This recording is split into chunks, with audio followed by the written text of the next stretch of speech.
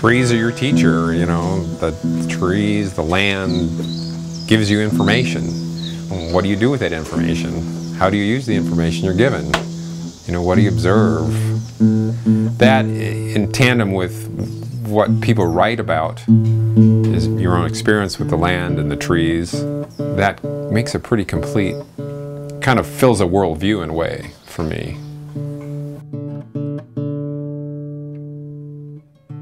My name's Dan Kelly. I have Blue Heron Orchard, and it's a certified organic farm that has 5 acres of apple trees. And it's in northeast Missouri, Canton, Missouri, and we're about a mile from the Mississippi River. I just like the slower pace. I always like nature. I'm interested in ecology. Living on a farm, I thought was a great opportunity to spend more time in the outdoors. I mean, when I first moved here, I was just doing gardening. They were renting out the farm ground at the time from a farmer who was just, you know, come in and he'd spray his chemicals and he'd leave. And I wanted to really get rid of the farmer, basically, the conventional farmer. And right away, as soon as that was okayed by these people that they'd sell it to me, I was going to plant an orchard in the same place where they were spraying chemicals on the land.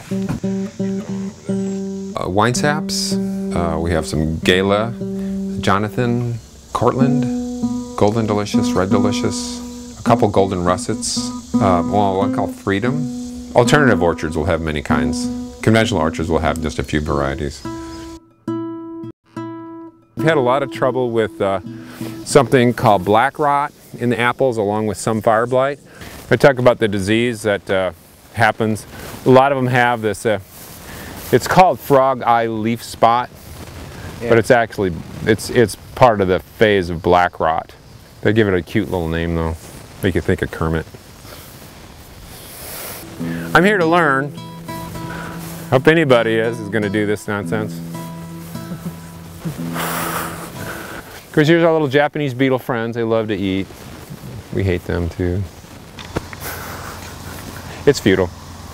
They skeletonize the leaves and then they eat the fruit.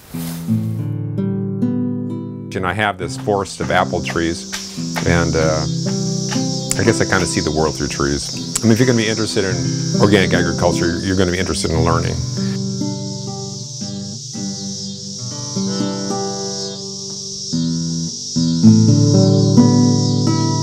I mean, it kind of goes back to that idea of the best fertility is the farmer's footprint.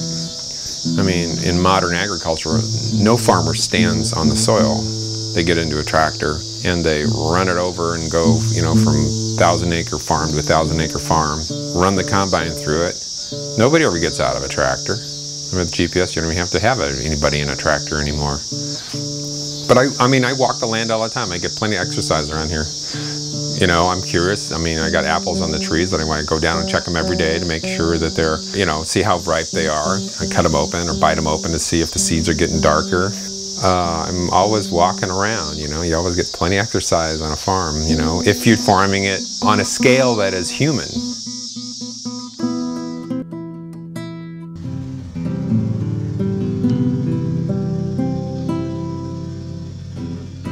I'm going to spray the orchard today. I'm going to use some diatomaceous earth, and those were once diatoms. You know, diatoms were living things with a crystalline structure that when the insects ingest them or they rub up against them, that it helps cut their gut and helps them dehydrate. So there's one of those other million things that you learn that's fascinating.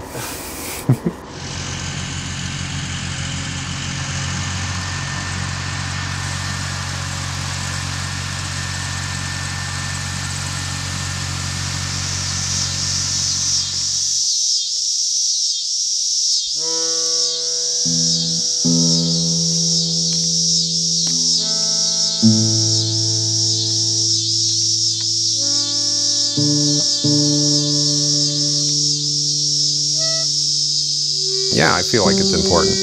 Because, I mean, when I feed people food, well, you know, they buy it, I talk about it, I visit people, I engage in the idea of healthy food, and then I eat it too, it becomes part of a whole way of life. Not a religion, but a way of life.